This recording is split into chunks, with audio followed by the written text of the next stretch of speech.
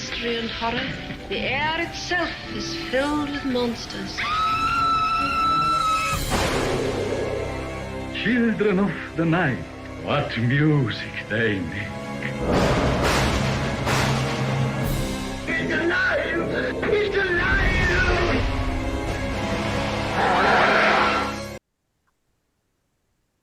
Well, hello, all you monster fiends. Thank you for joining us again for another deep dive, factoid-filled episode exploring Hollywood's most famous monsters. I am your master of ceremonies, Sam, and we are joined, as always, by Dan from Bleeding Marvelous. Say hello, Dan. Hello, Dan. And with us this week it's Graeme. Like I have no other introduction. You know him from our previous episodes. We have the marvelous Graeme and my sister, Michaela. Hello. Say hello, everyone. I love how that takes away any kind of agency. It's like, oh yeah, she's my sister.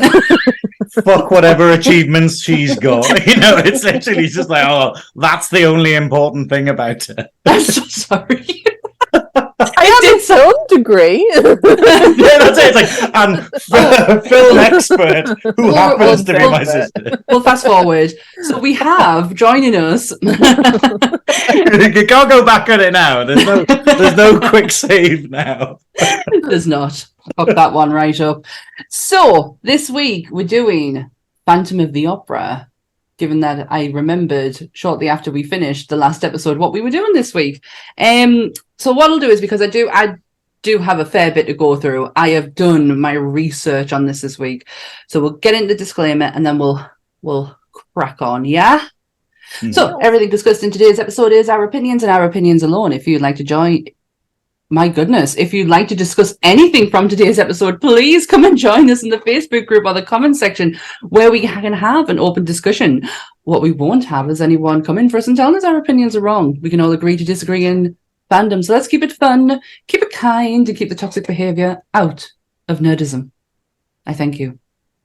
Good I messed that one up.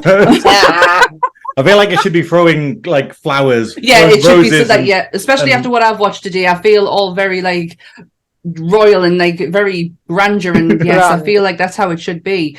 Okay, so Phantom of the Opera. All the adaptations are from the 1910 novel Le Fantôme de l'Opéra. It has 9 movies to its name, with the first being the 1925 Phantom starring Lon Chaney and Mary Philbin. Had a successful stage show original Broadway production, played its final performance on April 16th, 2023. It was emotional. Okay. No one ever sees the angel, but he is heard by those who are meant to hear him. So we bring you Phantom of the Opera. Took me a long time to find that one too. Yes. So a clap. I would love one. Thank you. What? Oh, I'm about to clap enough. So, first question, only question. Does the Phantom make a good monster? I love the deadpan silence. I have learning not to jump in. Sorry. I have a thing, so I can go first. I wrote what makes a Phantom a great monster because I heard that's what you've said too. Anyway, I don't think he does. Okay. I think the Phantom has a little bit more of an outcast of like the Universal monsters due to the fact that the countless adaptations, you kind of remember more the musical side of it, and he's more of a like sympathetic character, and I think he has these traits of like romanticism, unrequited love, passion, and that's kind of what people remember him as.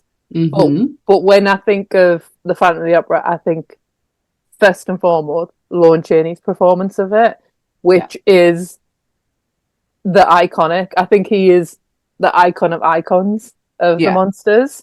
And when it comes to him, his look, like he's actually terrifying. Even today, it's like 97 years old, and he is petrifying. There's kind of no redeeming quality about him. He's like a stalker. Yes. He's obsessed. It's like lust. And I was watching the silent one today, And there's a bit where he's kind of like luring her, but he has no like powers. You know, he's not a vampire. He's just an ugly man. And I bet Mummy the worst X-Men power, actually. You know, he's just a bit ugly worse man. than the kid who can do like the little forked tongue in the movies, and you're like, right, okay, you came to the queue late, didn't you? You know, but he's like, I have the power of ugliness. Let me hypnotize you with my ugly. But for years he thought And I he just think- had the power to make people scream, and it's actually found a mirror, and he was like, "Oh, is that what it is?" Right? So I think as a monster, as a Lon Chaney, iconic, the monster, but I think he's been slowly a palatable look in cinema and music, and that he comes across as something a bit more not a monster, more of a different romantic kind of figure, which is gross. And I think you've got to pin it on Lon Chaney alone, and I'm sure we'll discuss that, of just being pure iconic cinema that's still to this day, nearly 100 years later, an incredible looking monster. Well That's done. mine. That's so good. You two, have you got That's any about thoughts? it. Does he make a good monster? If you're looking at the human aspect of monsters, he's a stalker. He's technically a kidnapper. Mm-hmm. He's I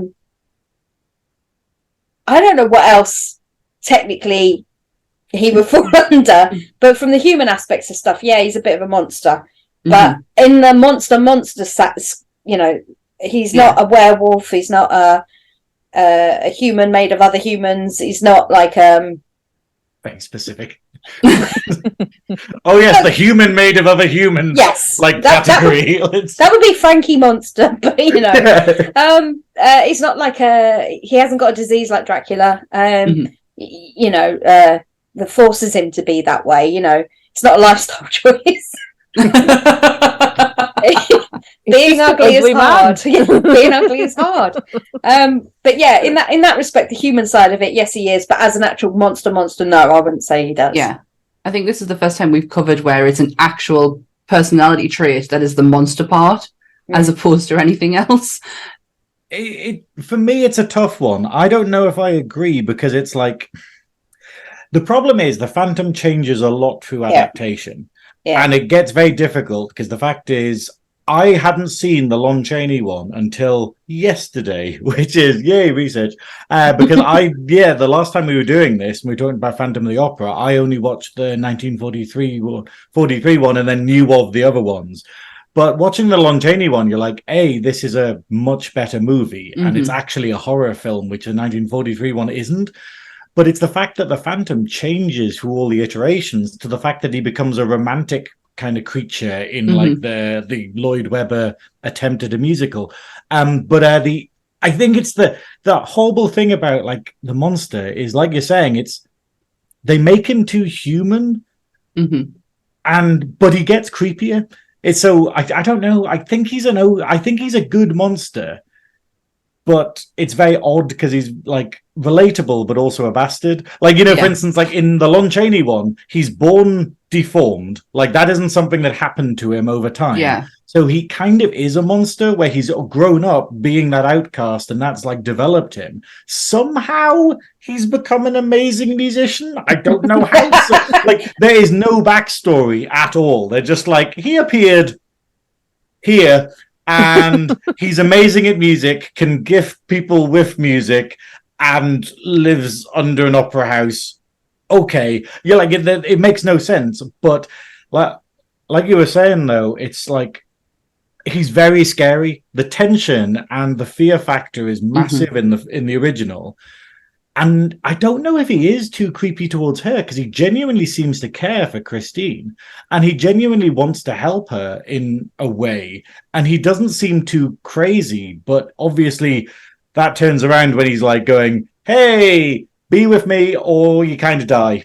Yeah. And it's like, okay. So maybe a bit weird. But then in the 1943 one, sorry. No, go on.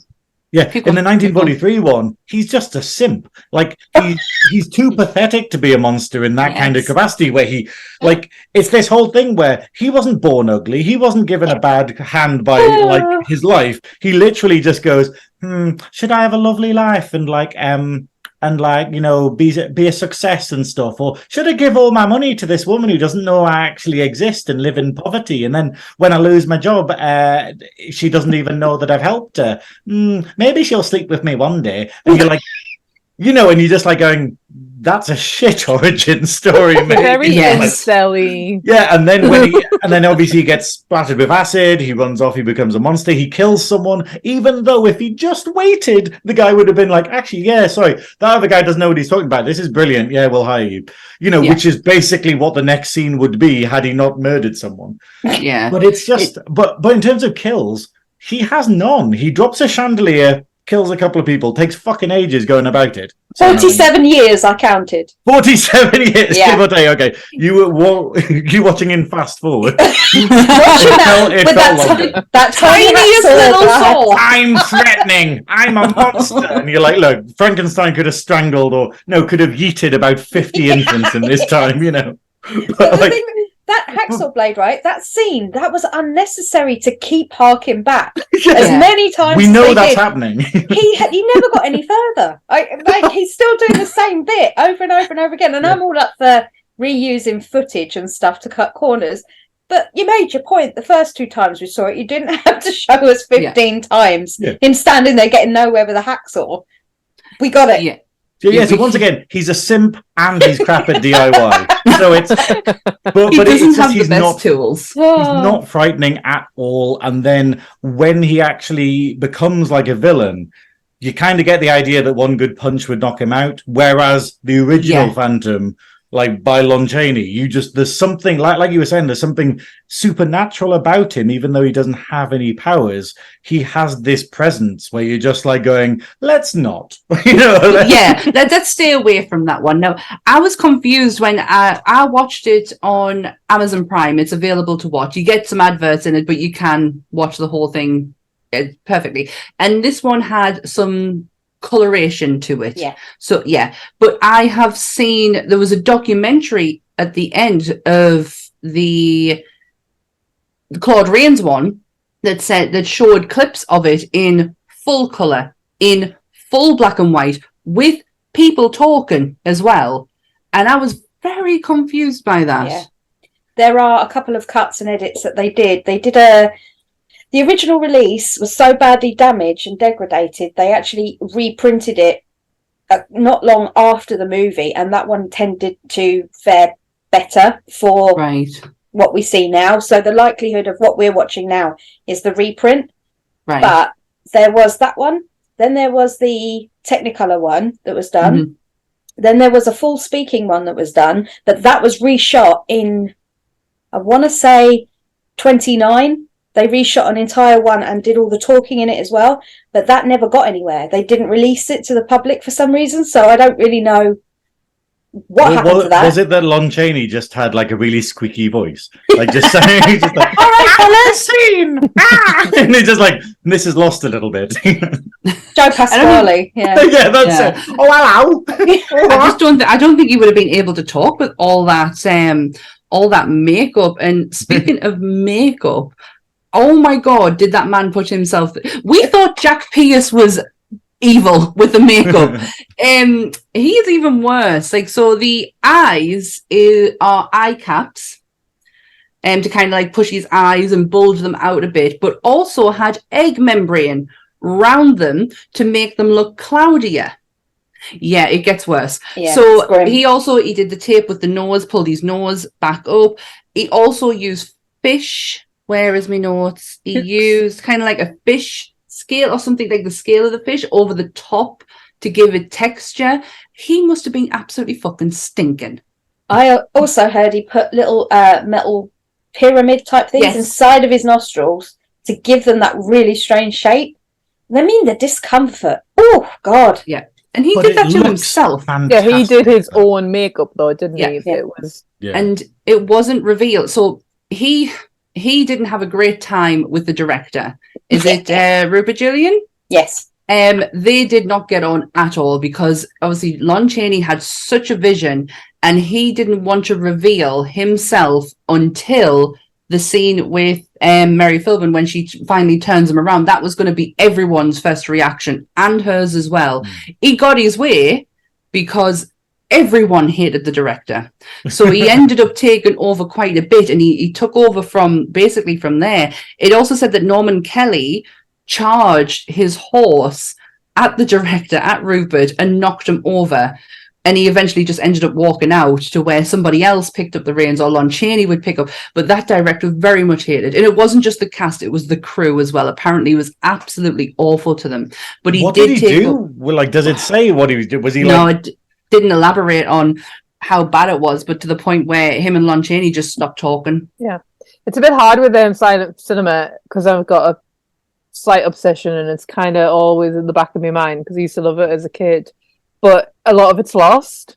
I think it's something like 85% of silent cinema is lost. So all them stories, all them anecdotes, like everything about silent film is kind of like just kind of what we see. There's no like documentation of it. There's nothing. So it's kind of nice to know like about Lon Chaney. And I know he was in cinema for a little bit longer where it became sound and Technicolor. But it's nice to know his techniques, and it's still like an amazing achievement because a lot of silent is just isn't there anymore. Yeah. I think the scariest thing is how much like sound is lost. You know how like Nosferatu got deliberately like destroyed and stuff, but it meant that we lost the soundtrack, so we don't know what the music to it is. And like, you know, how just weird that is, where you're just like, oh, hang on, because wasn't it that the music was played separately to these? Yeah. So they were projected and they played along to them when people went to watch them. So did this have an opera singer like when they were doing it? Because obviously, like when I watched it, I was like, oh wow, it actually has lyrics because it has like the female opera singing over those scenes and stuff. And you just kind of go like, oh, that's really interesting. So they would have had a pianist playing music or whatever, or an orchestra, and then fascinating stuff. I mean, I watched one that was it had a soundtrack that was completely mastered and made by a guy called Carl Davis, and it depends on which version you watch to what you hear whilst you're watching, because there's so many versions of the actual silent movie, and then they've taken them, and some people have written their entire own scores to the entire film. So the one that I saw was quite beautiful. Like, it was very similar to The Hunchback, which obviously was Lon Chaney again. That had a score written over the top of it that was absolutely stunning, that I watched as well. But this one, they reused actually some of the Hunchback set in this. They one did well. When they're running when he's running, they used that. So, but then they reused the Opera House set for the remake as well, remake, and everything. I have interesting facts on that when we get to it too. But it was like, it was one of those things where they were like, they filmed it, and when they actually started to film it, actually, when they actually did the first cut, they premiered it. It flopped. People booed it. They hated it. They then did a second premiere. They did some reshoots, did a second premiere. The second premiere, people were disgusted. They said he was too horrifying. They walked out. That it was having none of it. So instead of reshooting after the second one, they took 1 and 2, spliced it together, and made the version that we know now. And that's the one that was open to rave reviews from all the critics and everybody. So the one I watched today had obviously the colour on it. The music that was played is the only thing that kind of took us out of it. The most intense part of the movie is when she is about to turn him around and you're going to see the face. And that face, it's horrifying. The big eye. And the music that's used doesn't build your tension, doesn't help you get into it, doesn't help. And then when it's all revealed, the music is still at the same level. So there's no grandeur to it. And that was the only criticism I had of that movie, because everything else was just perfect. That's what makes a movie for me, because I had a DVD of it, and it's a band called Switchblade Symphony, which is this like little goth band who I absolutely love, and that makes the film. Yeah, it's just a album. It's not curated. It's not mixed for it, but it just really works well with the film, and I think it's an amazing thing to do now, because I went to the Tyneside Cinema to see The Cabinet of Dr. Caligari with this synth. Is it synth? That's music, right? Yeah. Yeah. I believe so. Artist, and it was just a guy in the front, like, and I was like, I paid 30 quid to watch a Just to see you go. But it gives a different depth to this film, to silent films, and I think it is. I watched one where it was like twinkle and little music, and it doesn't give you the same like I was in it. Like I was generally in this film. Like I am like I'm committed, and I'm like getting to like get some feeling out of it, and then there was just the music just wasn't helping us get to where I kind of knew I should be given what I'm watching. The best part for me, it's tough though, because the fact is, with all these soundtracks, like loads of people have made their own. I remember that there's an amazing like Dracula soundtrack, which is done by Philip Glass, and I've forgotten who it is. I think it's is it Apocalyptima? You know, basically where it's like 4 violins. Yeah. And it's just this thing of just going, this is brilliant. Like, it's so creepy. And obviously they did it. So basically, hey, press play on this album as the film is playing, and it has all of the scenes. And loads of people have been doing that for silent movies and stuff. I mean, like, you know, they're not my favorite, but the Pet Shop Boys did a bizarre soundtrack for Battleship Potemkin, and obviously it sounds like the Pet Shop Boys, and it's very odd that they chose this.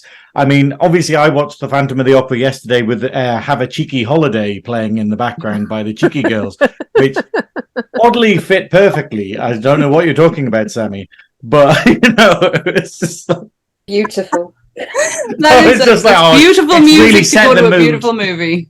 Yeah, but it's like, I think that's that weird thing of when something is a classic, people find their way to enjoy it. So even if the music isn't good on these things, there's someone out there who will have gone, I fixed it. You know, and I want to watch it now. Now that I've seen it, I want to watch it now with the Switchblade Symphony one that Michaela's got, because I feel like I would give it to us tomorrow. I just feel like it would make it even more special, because I really fucking enjoyed it. The bit that really unsettled us was when they switched to Technicolor, and it is the masquerade part where he comes down in all red and he's got the big skeleton mask. Technicolor though. It's I don't know if it is. It's a different technique. I don't know if they coloured the cells, but there's a lot of silent films where they like cell by cell they'll paint them.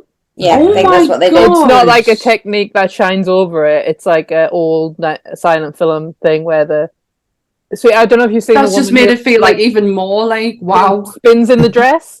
There's an old like short, and like it goes to different colours, and that's basically what they do. I think I might be wrong. If that's right, that's the cells. That's amazing, because the colour is just I say Technicolor because it's the only thing I could think that it would be for that time, but that scene, them colours, the woman who's walking up the stairs with the long train, and as she turns around, has the most amazing outfit on ever. Like it wasn't a dress, it was a holder and some shorts, and I was like, oh my god. But when he graces that screen and you see that mask and you are in his face, I was really unsettled, but at the same time I'm like, that is fucking beautiful. It's that thing of like how it escalates. Like it's obviously the story with Rocky Horror, what they were going to do with Rocky Horror, where it was going to be black and white until Frank appears. Yeah. And it's on all of the extras where it's going to be black and white, but then the only color in the whole film would be Frank's lips when he turns around, and then that would extend to the whole thing, and then color would come into it. And it feels like this, where the whole film's been black and white, or like monotone color. So it's basically like, you know, it's different. For mine, it was green when he's like speaking to Christine. I had behind greens, the thing. yeah. But then a documentary I was watching on it had it in purple. So it seems to be that every version goes, we'll put whatever color we want on. But then with this one, where it kind of goes, oh, it's a party, suddenly full color, and you're like, whoa, it really punches. And I mean, I don't know if I should save this for later, but it's like, I think the best thing about this film is that it keeps escalating. It keeps getting the tension up, and it keeps one-upping. It's not like, oh well, we burned ourselves out in the first act and then it just kind of mumbles on. It's the fact of it goes, oh, here's the monster, here he is scarier, now he's the Red Death, now there's color, now there's this. And then the costume, like the last time, well, no, not the last time we see him, but where we see him on top of the building at the end, and he's got and it's like him combined with a Red Death costume, like combined with the wind and the statue, and you're like, that is terrifying. That is one of the most iconic villain looks I think I've ever seen. It's so good, the build up throughout the film. And to do that with color, especially, it's like. I love the fact that on the last scene when he's on the in the carriage, his face is just completely different. Like, because obviously his mouth has moved a bit more, and he looks like the Smiling Man. That's all I'm getting from it, is the Smiling Man when I'm looking at him. But that end scene. What's the Smiling Man? London After Midnight. Is that it? Yeah. Yeah. It's Lon Chaney again. Yep.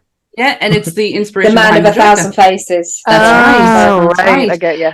Didn't recognize him when I went on Wikipedia today and saw his picture. Didn't think that was him. Well, he's dead. There's a bit of a change. Very much. Very, very much. Dust. Talk about it's an urn.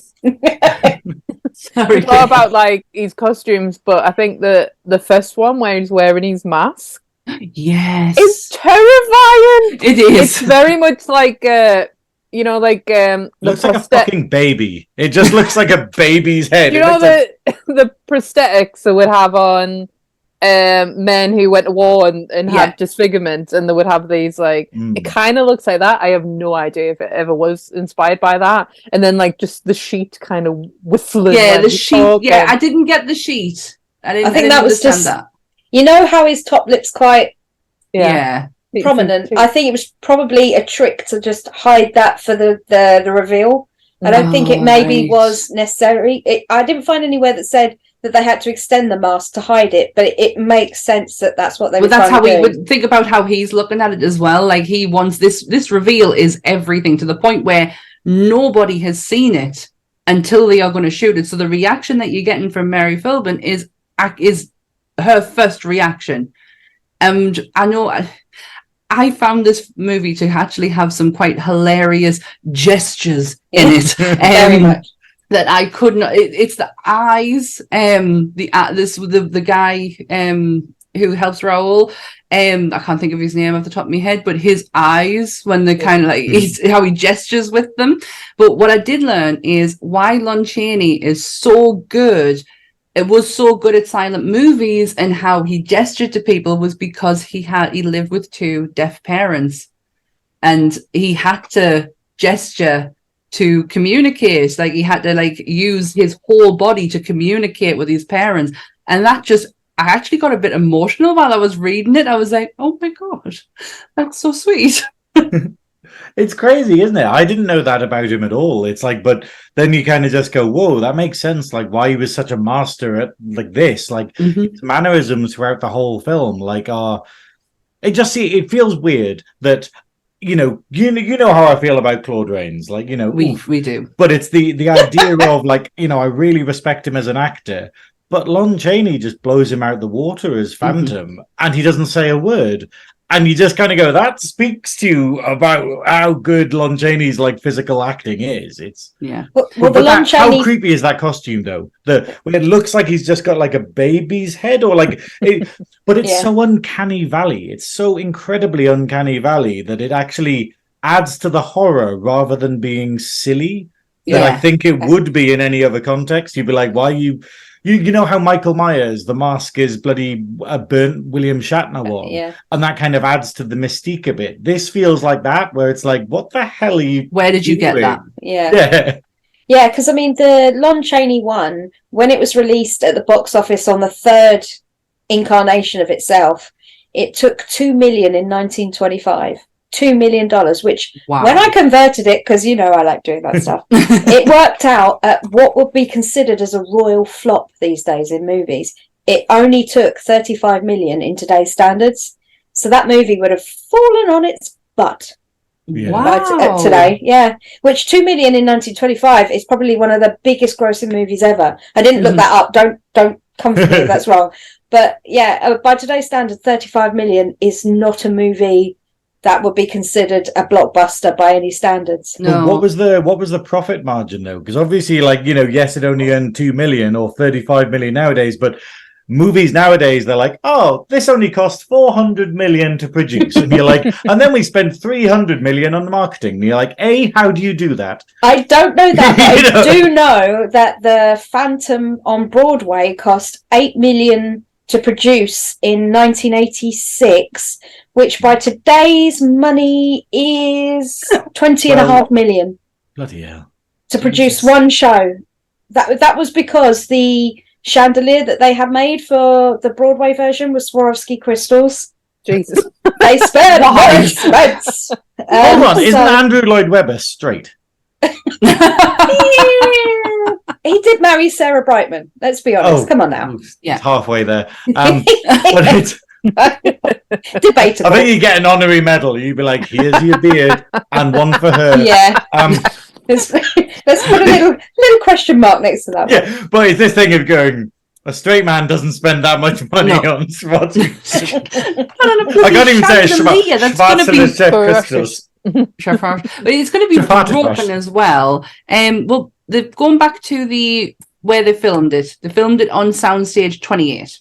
Yeah, which at the time was the biggest soundstage of Universal Studios. Yep. And was also used for the Claude Rains. They just replicated. Obviously, it makes sense. Well, apparently, it was around until like the 2000s. 2015. And you're like, whoa. And it is actually still a bit there. There's a bit that they can't get rid of. Now, this is what really interested us, and I couldn't find a lot more on it, but there is still a bit there. There is still a part of it there because it's the oldest prop replica, or what did they say? Standing interior film set. Sorry, that is 8 decades old, and it's the oldest one in the world. And there's a part of it that they can't get rid of because workers who have gone in there have found that Lon Chaney's ghost is haunting it, and they won't remove it. That is the urban legend. Oh, good Lord. They won't remove it because Lon Chaney's ghost has told them, get out. Well, he hasn't. He's gestured accordingly. He's just pointing at it. Don't Pasquale. That way. There we go. Hello. Yeah! Oh my gosh. It's so weird seeing my sex face on someone else. Oh my god. But yeah, that was the bit I found out about the soundstage. So 2015 they took down the majority of it, but there is a part of it that's still there, and I think that's probably Universal's way of just like, we've got a bit of history there, basically. Yeah, I think it'd be wrong to get rid of it entirely because it's just we've got to respect our history. I think, especially with cinema. Well, it sort of goes along the lines of like the original Phantom thing in the respect of that if that's the case, they are respecting Lon Chaney. With the original book that was written, they based it on a true story. Yeah, honest to God, the research most haunted true story. Yeah, Mary and her dick. Basically, what happened was they built a massive opera house, which is the one that they use for the thing, the Opera Garnier, I think it's called, in Paris. And it's based on a guy called Eric. Now, Eric isn't called Eric in the Lon Chaney ones, but he is going forward after that. Yeah. But Eric... It is mentioned, the name Eric. It is. It's just in the title card, right. But he is titled as the Phantom. And it's a bit weird that he's called Eric, and it seems a bit underwhelming for a phantom, you know? Yeah, it's something like, I used to be called Eric. Yeah. Well, in the story, basically, he was born and he was given up and abandoned because of his look. And then he was taken in by a circus, and then he was mistreated, so he ran away from the circus, and he ended up becoming like a jestery entertainer for a Persian Shah, who then took him under his wing because he loved him so much because he made him laugh all the time. He then got him to a little job working with the architects in the Persian Shah's harem thing. So he ended up I hope it wasn't washing up. well, you never know.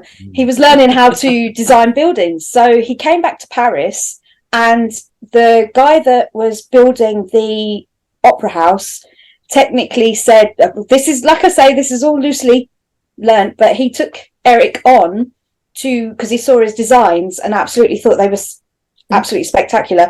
Took Eric on. Eric was responsible for building the opera house as we see it today, but he insisted that they let him live in the lower sub-levels when he was done, because he fell in love with it so much. And he said his only payment was to be able to live there and to be able to have box number 5 as his private box. And he would go up and down in his own little secret chamber to get in and out of that, and no one else was to use box number 5.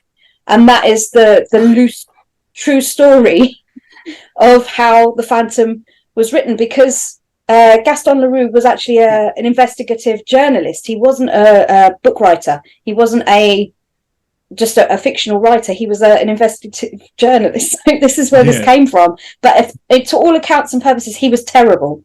Everybody said the man was absolutely ridiculously bad at writing, and the only reason this took off was because Carl Lemay went over to Paris, met Gaston. Gaston sold the rights to the book to Universal, which then created the first movie. Wow. Well, speaking of Carl Laemmle, his niece, Carla Laemmle, is actually in the first movie, and it was up until 2010 was the last surviving cast member of the original Phantom of the Opera. She was a ballerina dancer, prima ballerina, at a very, very young age. But something else I wanted to... Did she run on Duracell? Jesus Christ. Must have. Absolutely must have. But how crazy is that, though? Like that, I didn't realize any of that backstory. Because is that from the original novel? Mm-hmm. That is from the Gaston Leroux's investigative journalist that they then made into a novel of a musical, of a horror, of a novel, of a musical, of a Broadway musical movie. Yes. So it's basically when you see based on a true story in front of we just need to question all that now, do we, from now on? Yeah. It's like dare we say it, the bloody Conjuring movies. Oh God, don't. Don't get me started, Sally. You won't have me on those episodes. There will be another time and place for that. I tell you what I did find funny on the Claude Rains one, when they mentioned box number 5, the previous owners they didn't give a shit. They were like, yeah, just don't go into box number 5. We've clearly known about this for a very long time. We don't care. I was like, yeah, exactly. Like, very much so. I quite like it, though. Did you, like, it has this wonderful... I don't know, like, it feels very odd that the remake feels like a remake we get nowadays, where you just go, I think you missed the point. And it's kind of good... See, like, where all the comedy in it just falls flat, and I felt really awkward around it. Like, isn't it? There's the guy who keeps making a joke about the Phantom having a beard and stuff, and you're like, this doesn't land at any point, but it keeps rolling with it. And I've seen shows like that. I do them. He did give me my favorite line of the whole movie is, "I don't like ghosts. I'm a busy man." And I wrote it down as it was said. I was like, what? I have quite a few things on the 1943 one. Especially about, it's something that we've talked about before, is Jack P. Pierce's makeup. And Claude Rains only accepted the part on the condition that he would not be overdone with disfiguration. So that meant Jack Pierce was not allowed to go full Wolfman on him and Frankenstein. And that's the only reason he took the part. And it makes perfect sense, because when they do the reveal of his face, it is one of the most fucking dissatisfying pancake on his face. It's like he's got a red mark on his eye, and it's like, what? That's meant to, like, after what I've just watched with Lon Chaney, that's meant to scare me. Are you crazy? Just a birthmark. Just get some cream, love. Just clear it right up. You'll be fine. Get some Lemaire, Phantom. Oil of Olay and all Yeah, that. oil of Olay, yeah. Well, the woman who threw the acid on him, Jesus Christ, that scene was hilarious. She just had this bucket of acid and went, and then just stood there and went, I did notice. She paused. She wasn't even bothered about helping the guy that he just strangled on the floor. He just murdered in front of her. She's literally standing with this pail just going, To be fair, just threw acid on you. she's been waiting for that moment for so long, and she didn't think about the follow through. She's like, one day I'll get to throw acid on someone, and then she's like, right, what now? It just felt like with this one. It felt like they were trying to get so far away from the aesthetic that they had with their other previous monster movies. This felt like something, I don't know, like almost like a Ziegfeld. I was expecting girls with like feathers and shit to be coming on that stage. It was so grand. I was like, wow. And 1943, right? Wasn't it? Mm-hmm. Yeah. Was that not like wartime, just something fun, something big, fancy? Like, was that kind of the point of it? Well, wasn't it something where Universal stopped doing monster movies when the war came because they were like, nobody wants doom and gloom or horror stuff? Well, that would make sense. I wonder if there was like stuff like that, because that whole period in cinema, they're like, we need to kind of make things a bit propaganda, or we need to make things a bit like happy escape from the fact your whole family's probably just died. That would make sense. But the whole film, though, I've just realized it now, it feels like the Joel Schumacher Batman films. After you've had like the Tim Burton Batman films, and then they just went, let's do a change of pace, and you're like, why is everything neon? Why is Arnold Schwarzenegger Mr. Freeze? And it's just that whole thing is still just asking years later. Why is there so many nipples? but it feels like that. Well, obviously, there's been a decision to be like, no, let's make it more lighthearted, and let's make it tell the same story, but then not have any of the like visual depth. Well, no, I don't have like tension, No, it didn't. It was too light. It was too bright. It was so bright. A lot of it is genuinely because back then they held so much stock in the star of the movie. It was, they got what they wanted. They got to do what they needed to do, regardless. That was the thing. So at this point, we know that Claude has come off the back of doing Invisible Man, and that was a massive success. And obviously, in between then and that, Invisible Man and Phantom. The Phantom, went blank then. We're doing a whole episode. Get there in a minute. He won 2 Oscars. Or he's nominated for 2 Oscars. It was one or the other. He either won them or nominated for them. So he had delusions of grandeur going into this movie. But he had it going into The Invisible Man as well, because he landed the star, and he's always got... I love Claude Rains. I really do. I feel like me and Graeme could start the fan club because of just how I've such appreciation. I have a feeling there might already be one. Let's join. Somewhere in the world. Let's join. I have such appreciation for him, but he had such a chip on his shoulder even before he got to where he is in Phantom. Yeah, I mean, it's weird though when why would you go, yes, I'll do that role? Oh, it's a role about someone who's horrendously ugly. Well, don't put me in makeup then. You'd be like, hang on. You had Jack Pierce, who, yes, his methods may be a bit harsh, but he would have done something special with that. Like if he's looking at Lon Chaney and he's looking to see where we can go, what we can do different, he would have done so much more. But to give him that, it's terrible. Doesn't it just show really as the compare contrast of how amazing Lon Chaney is? Because even today, you're watching a movie, like a big movie that I always use an example is like The Last Samurai, where it's like Tom Cruise and he's like, I'm a samurai, and he's got these like giant white curly teeth, and I'm like, samurai, I love you, Tom Cruise.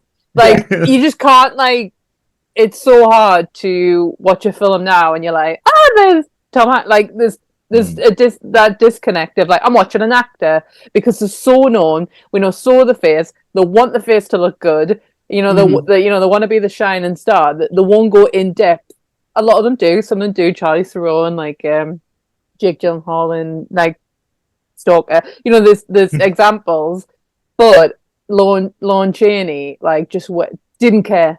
It wasn't the image. It wasn't the look. It didn't care what he looked like. Yeah. I don't know if it's like to a movie star, to a character actor. I don't know if that's kind of the argument, but We've had it before. He needed it to be the most grotesque, like crazy looking thing, and that's why for over 100 years and 100 years more, we're going to be talking about what he looked like and how incredible his performance was in it, because the vanity is not there. Exactly. Well, I think the problem with the Phantom is you couldn't remake this movie. You couldn't do a movie of the Phantom because it's so muddy now. Like there'd be so many people that would go in and hate it because they're like, I thought it would be like the musical where he's actually beautiful under the mask, or only one side of his face is hurt, kind of thing. You know, like the the very plain Claude Rains makeup. But it's like, if you did it, think about what you could do with like Two-Face in Batman. That one. The Dark Knight, Sorry, I was not Batman. My mind went completely blank there. Batman 2? Yeah, Batman 2. But no, like with that, where you can actually see through like the missing skin and whatnot, and you could make the Phantom absolutely horrible, regardless of what origin story that you go with him. But I think it would bomb. I think people would just be like, "Oh, he's too ugly," or "Oh, we saw him too soon. We saw him too late." You know. Yeah, you never it's a got, you wouldn't get it difficult right. one. So I think it's good that we can enshrine this Lon Chaney version and just be like, that's the Phantom of the Opera. It. Yeah. I was trying to look into the Dark Universe, because obviously, as we talk about all of these, they were in that phase where they were going to remake them all. And obviously, the Smology Jesus bombed everything with the... Thank God for him. The mummy. Thank you. And I just heard what you said. I can't in that stand lineup that he did that.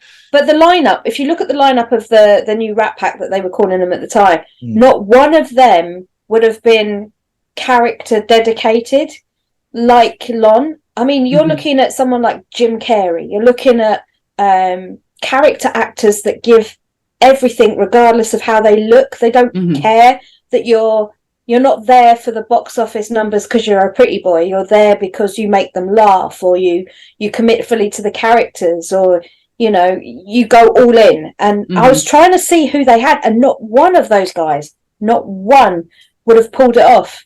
I think Jim Carrey would have made it too comical, but he's the only person that I can compare that off the top of my head that I think would have been able to give it that level of commitment that it's needed. Yeah. See, I had hopes for Jim Carrey. No, I had hopes for Johnny Depp, and he was going to be playing the Invisible Man, wasn't it? Yeah. I think it was. I kind of hopes for that, but the problem with Johnny Depp is he's got 4 voices. Now, I only have 2, but I'm not a professional actor. But it's more the idea of going, I think he probably would have sold it. Yeah. But at a stretch. If we're always going to compare to Claude Rains as the Invisible Man and not Vincent Price's because that obviously very 2 different voices. I think Johnny wouldn't have. I don't think he would have fallen in it for me at all. I think he would have been good in that cast, but like, I don't think he would have suited the Invisible Man. Oh, no, definitely. I think the Ed Wood voice would have worked for the Invisible Man, but it had to be a bit more hysterical because he's very up there. Did anyone notice his Claude Rains's very hysterical screaming after the acid, and did it not bring you right back to Invisible Man? Because it did with me. Oh, no. He was like, oh! I was like, oh my gosh. Certain memories of a certain screaming woman. You mean? Yeah, absolutely. And I was just expecting him as he flung the door open going, you fools! But it did not happen. You want to see me now, do you? That's it. Hey, you know who I am. He was more scary and disfigured than the Invisible Man, and we couldn't see him. I did hear a very lovely story about Jack Pierce with one of the main actresses. So he wasn't assigned to beauty makeup. It wasn't what he was there to do. He was there to do Claude Rains, but he really that sounds out of a job spec, but I'll take it. That's the same he really helped one of the main actresses. She was struggling with, because I think the actresses had to do their own makeup, and she was struggling a lot with it, and he would shout at her, in quotation marks, he'd be going, no, you're doing that wrong. And then he would go over to her and says, I just had to do that to get to you without them being an arsehole about it. And he helped her. And he then said, you need to pass this on to, and so that's why their makeup looks amazing, is because he gave them beauty lessons and she passed it on to the whole female crew. And I just wanted to tell that story because Jack Pierce, we give him a lot of shit for what he did to Lon Chaney Jr. And I thought that was such a sweet story of him. Speaking of Lon Chaney Jr., Larry the Lurker. Larry the Lurker. Oh, Larry. The original plan for the 1943 film was going to be vehicled around Abbott and Costello with Lon Chaney Jr. playing the Phantom. So they had Daddy and they had the son. But obviously that got scrapped. There was 4 times they tried to remake this between 1925 and 1943. Bloody hell. This is my favourite part, and I've been waiting for this all night. I've got it written down because I know what you're going to say. Well, the first one was going to be with Cesar Romero as Raul, and you guessed it. Yep. Everyone's Boris favourite. Karloff as the Phantom. Yep. Michaela looks confused. It's a running joke. Boris Karloff has been offered every single Universal Monster role before anybody else. Yeah. And so he should. And every time he's turned it down and gone, nah. And Claude Rains just comes scooping on in. I'll take that. Hello, you fools! I heard there was a job opening. Look-see. Look-see. There's a part here. It's for me, isn't it? It also is the only Universal Monster movie to win 2 Oscars. One Yes. for art direction and cinematography. And I fully agree with it because it is a beautiful looking film. It is stunning, but it's just missing so much, especially when I watched the 25 one first and then that, and I was like, whoa, this is something. It's just not a horror film. It's just not a horror film by any stretch. No. There's no tension. There's no like horror. There's no sort of even are there any deaths in it? Like, yeah, and not I can't remember the first one. There's a hanging, isn't there? Well, no, in the first one, there's literally just the what is it? The Phantom just kills people, and you're like, oh, it's like a lot of people die from the chandelier, and it's very clear about it. I didn't get a body count on this one. Yeah, he literally hangs like one of the stage hands and stuff. That's what I was waiting for. Did I must have blinked? I think he did that sorry clip, isn't he? Like someone's pretending to be him. I don't know if they actually go through it. Like I just had to see clips of it because I couldn't get the whole film. I think I feel like I saw that. Did I blink? But the most brutal really death memorable is, film. it was hard work. The most brutal death is Lon Chaney's in the first, in the 25 one. It's when the end, isn't he? When the crowd of what are they called? Like with the pitchforks and the lynch mob. Lynch mob, yeah. And do you know what the worst thing is for a movie that has no sound? I felt every thump of them hitting them with clubs and then just flung them in. Just get in. It's a brutal death. Like it's this sort of thing. Like, you know, what does Claude Rains get? Oh, now the ceiling's falling in. Oh my god, they shot it. One guy shot a gun Somebody at the fired ceiling. a gun. Oh, you know, and it's just like pathetic. Like that is. He didn't survive, but his violin survived completely intact, and his mask casually lying together beautifully. And and it kind of spoils it, the fact of you going into the violin thing, and it's that bit of his backstory annoys me, where they've kind of gone like, you know, oh, you're a violinist, oh, but you've got, you know, oh, you've got arthritis, therefore you can't play anymore. Oh, that was your only source of income. Oh, now you've, you know, then you get splashed by acid. Oh, now you live in a crypt, basically. And it's this whole thing of just going, I don't know, I feel kind of sorry for him. Yeah. But then I don't, because he's actually creepy as fuck. And it, you know, that thing where just going, the whole thing is kind of taking away all of his agency and making him a lot less scary. Yeah. But then he's still not likable. And he's just like, okay. I said to Ant when I came out, I said the 25 one with Lon Chaney, Michaela's on a walk. I said I absolutely can hear my doggy. I absolutely loved it.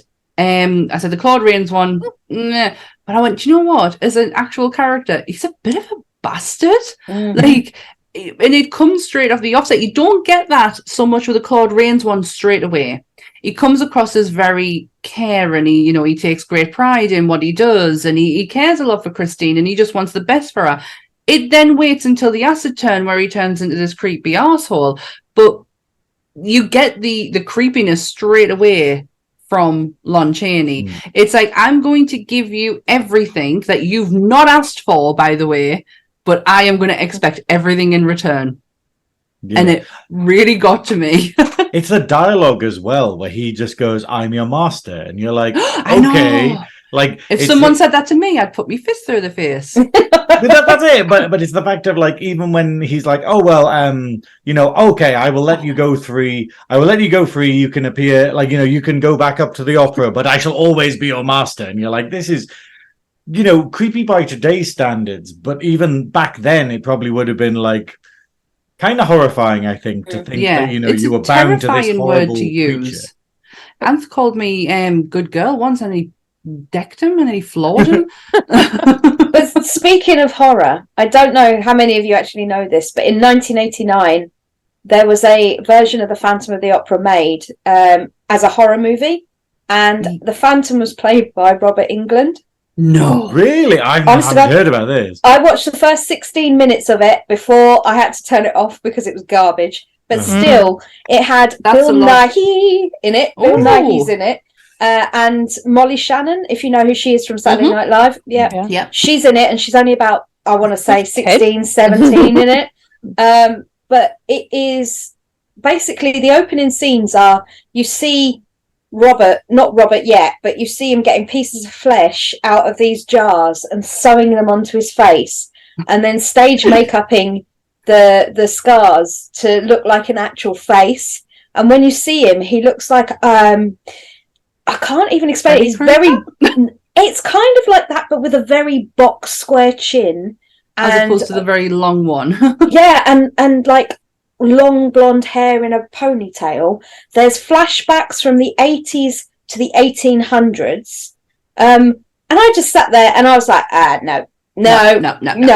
I'm interested to see it, to be fair. Really? If you can give it a go, do it, by all means. But like, for me, 16 minutes was the max that I could tolerate it, and I was like, where's it available? I found it on the Naughty Stick, but you can get it on the Naughty Stick. I didn't know that did movies. I think you can find it if you look hard enough. It'll appear somewhere, I imagine. This is one movie where Hammer Horror have done their own version, as we find with a lot of the Universal They've never monsters. done that. They haven't. They didn't do Invisible Man, did they? They didn't do Invisible Man, and they didn't do Creature from the Black Lagoon, but they have done their own. And from what I didn't watch it, it's from 1962, and it stars Herbert Lom as the Phantom. From what I saw, it didn't look too bad. Like, from some clips I saw from it, I was like, well, that had more potential for me, just from a few clips I saw, than what I saw of the whole Claude Rains movie. Yeah. So I was like, interesting.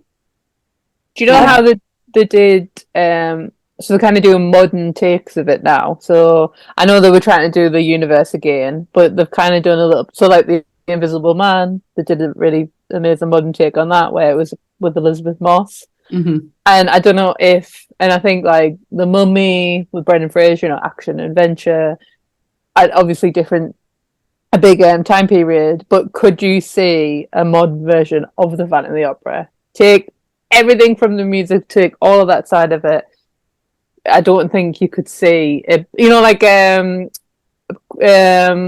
what's the Creature of the Black Lagoon, what's it called, the new one? Oh, Shape of Water. Yeah, like these adaptations that are so beautiful and amazingly built. I just don't know if you could take the Phantom and put him in something new. I think he's too cartoonish.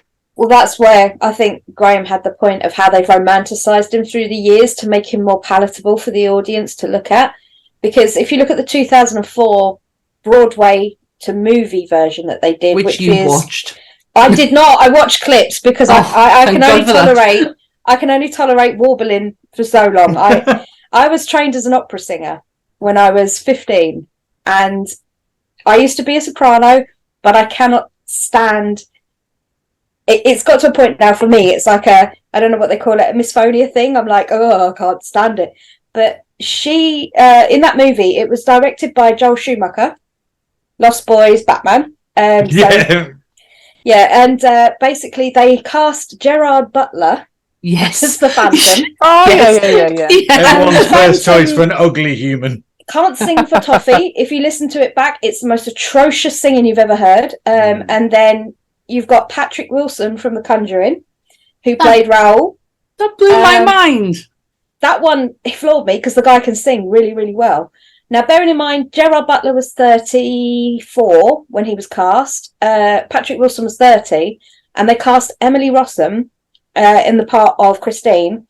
And she was only 17.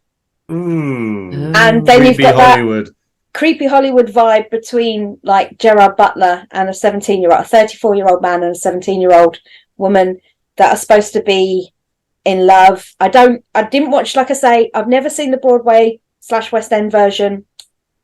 I know what happens. I know there's lots of songs from it because I had to learn them myself, so I know them. But it's creepy. Yeah, creepy is one of the words. Creepy. Obviously, you've got the creepy aspect of the actual story, and then the creepy aspect of the actual casting. Took me a long. Oh, go on. No, sorry, I was going to say the other choices for Gerard Butler's part were quite shockingly. Boris Karloff. It was. Spoken to Jim Henson's Creature Workshop. Oh, Matthew McConaughey. Matthew McConaughey. No. Heath Ledger. Meatloaf. Wow. That would have been horrible, but amazing.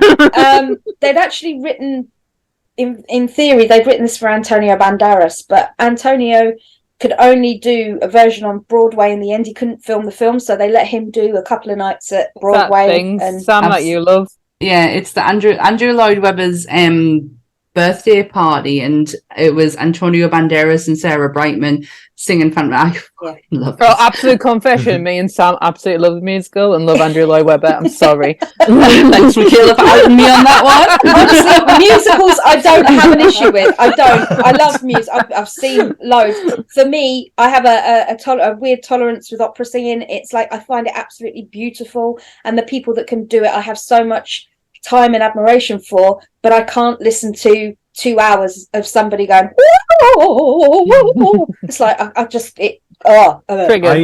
have a medical condition where I only can listen to good musicals. But the weirdest part, the one that creeped me out the most, the ick factor of who they were going to cast in the 2004 version was John Travolta. Oh no. We've seen he can't sing. No, he can't. Yeah, it's like the Phantom is a very difficult part, and you're just sitting there being like, this isn't Grease, love. This isn't, But I mean, Gerald's mask went on eBay as well. Gerard Butler's mask went on eBay for only £6,450. Well, we could have shipped in. But, that gives you an idea of how good I think the film was. But I think it got like 25% on Rotten Tomatoes. Was it really bad? I honestly thought it did well. I remember when it came out, and like I didn't go and see it, but like mates who are massive sort of like West End Wendy's. Yeah, they went and they were like, well, that was awful. Like like everything about it they didn't like, and it's a real shame, because obviously it could have been a home run if it had been like done appropriately, but even the people who like loved the musical were just like, how did you get to this? Michaela's seen it in Broadway in New York. Yeah. I bet it's fantastic in the actual environment of like a theatre. I bet it's absolutely amazing. Where were you sat? Because my dad always mentions it, the front row. That was it. Wow. Because I'm a spoiled bitch. I wasn't there. It was for one of her big birthdays, and I did not go with them. 16, because I'm an absolute spoiled child. I've just got John Travolta in my head going, "Oh, Christine." Wow. Around about. Wow. Was it a chair? I think that's whoa, Christine. I'm laughing too much that I can't do my John Travolta impression. No, Sam, you just can't do it. That's true. Sorry. There was one really ass funny bit in the Claude Rains bit that I don't think was intentionally meant to be funny. But when Raoul's getting frustrated and he's trying to look for the Phantom, and there's all these people with masks on, there's two people who are standing next to him. One's got one with a white one with a pointy nose, and the other one has the mask on that Claude Rains is wearing, and he pulls it off the other person and not the one that looks like the Claude Rains one. And I burst into laughter. It's just like, I don't you think are it a was rubbish cop. Yeah, you are so bad. I couldn't stop laughing at it. Do we have any more factoids, Dan? Hey. That is a good question. Bear with me 1 second, please. Please hold the line. I want the delicious factoids. Place them in my mouth. Let me chew upon their facty goodness. It's definitely my favourite. I wouldn't think my favourite monster, but out of the Universals, I have an absolute soft spot for Lon Chaney's version of it, which I always think kind of gets a little bit forgotten about because people are like, I'm not going to watch a silent film. And it's like, watch it. No, it's an watch incredible film. It's one of these ones where it does feel unfair to Lon Chaney that he's not part of the canon, as it were. Like, you know how, when you have the box sets for Universal Monsters, he's the not on Claude it. Rains one. And you're like, no, Claude Rains, you have Invisible Man. You stay you as can the stick Invisible with Man. that. Lon Chaney is the Phantom. And that's very much how it feels with this, where it's like, who cares if it's a silent movie? It's a better movie, Yeah. I mean, what I'm thinking about is like, if you remade this, like, if I remade this, I would make it horror, but I would make it very much like Black Swan with Christine. I would make it where she's not sure if the Phantom is real or not, and that she's basically getting success. She doesn't know where it comes from, and the reveal is later that actually there's someone doing all of these things. And where, because obviously it's like you could make an amazing psychological thriller from this, where it's going, hey, okay, the lead mysteriously falls ill all the time, or or Isn't they that still Sugar? put her on anyway, and then and stuff still happened. But then she's like, am I doing this? Am I the one? And maybe have her wondering if she's actually losing her mind and she's hurting people. But then it turns out, there's the Phantom, and then there's a big reveal there. That's how I do it. I like that. I like that. Well, speaking of copyright, this movie is actually in the public domain, Phantom of the Opera, because they didn't do something where they didn't renew something after 28 years, and it is actually in the public domain. There you go. That was my distribution thing. So you didn't need the naughty stick after all. I've got a couple of facts, but they span across all the different ones. But the musical in 1986, the first person to play the Phantom was Michael Crawford. Now, Michael Crawford, for those people out there that aren't really sure, they know the name, but they're not. I'm thinking Joan Crawford in drag, sorry. Michael Crawford was in a TV show in the 80s called Some Mothers Do Have 'Em. And he was very, very famous for going, Betty, yeah. Betty. That's my, that's Michael Crawford. I don't know the name, sorry. Yeah, he was typecast as this Jim Carrey, like to compare him to someone now. Slapsticky, very like that side of things. And so it was a real shock for people to take one look at him in that TV show and then put him in a seriously romantic, full operatic version of the Phantom. I've just got the mental image of the reveal from the Lon Chaney one, where he's got his face to the camera and her behind him, and he's like, he's in his trench coat, his trench coat and his beret, my beret. Yeah. They also trolled someone just before Michael, and it was, I don't know if you know the band, it depends on music, Steve Harley and the Cockney Rebel. They sung "Come Up and See Me, Make me smile." He was actually cast as the original Phantom and did a music video with Sarah Brightman to do the Phantom of the Opera as the song. And basically Andrew Lloyd Webber went, nah, you're too rocky. I don't want rock. I want opera. I want clean voice. I don't want gritty. And they sacked him off pretty quickly after that. So because I always wonder, like with him, I always kind of go, can he sing? Like, because you hear, when you hear it, you just go, okay, this is cool. It sounds a bit pubby, but not even in the sort of respectful rock voice, you know, where you're just going, oh wow, you've got a great set of pipes on you kind of thing. He's always been one of these people where I'm like, okay, it's a difficult part for someone like that. Surely, could he do it? Are there any recordings or anything? Or there's a video out there. There is, if you look hard enough. I think you can find it on YouTube. I want to be surprised with this one because I've always written him off, and I'm just like going, no, I bet he's fucking amazing then. But in the 2004 musical version of the movie, the Gerard Butler only speaks 14 lines in the whole thing. He only says 14 lines. 14 more than what he probably should. Well, I saw Geostorm. I'll never forgive him for that. I never forgive him for this. This is just, I mean, I've always been not necessarily a fan of his acting, but his aesthetics are pleasing to my eye. Yeah, don't talk, love. But, you know... Don't spoil this. Get your shirt off, love. Even now, his mouth is moving this way on his face, and it sort of sits here, his mouth, now, when he talks. It's like... Gerard Butler... Has he turned into the kid from Family Guy? Yes. It's like upside down head. Because, like, all of his American accents are all very much like this because he's trying to stop doing Scottish and it's stuck to... It's right over there, honest You look to like God. you're pushed up against glass, Tam. You have to do a whole podcast with that voice now. I will not. Thank you. But yeah, he's literally... if you look at him now in a movie 20 years ago to where his mouth is now, and it has migrated across his face. Honest to God, go do some homework, people out there, and you can see what I mean. Oh, crikey.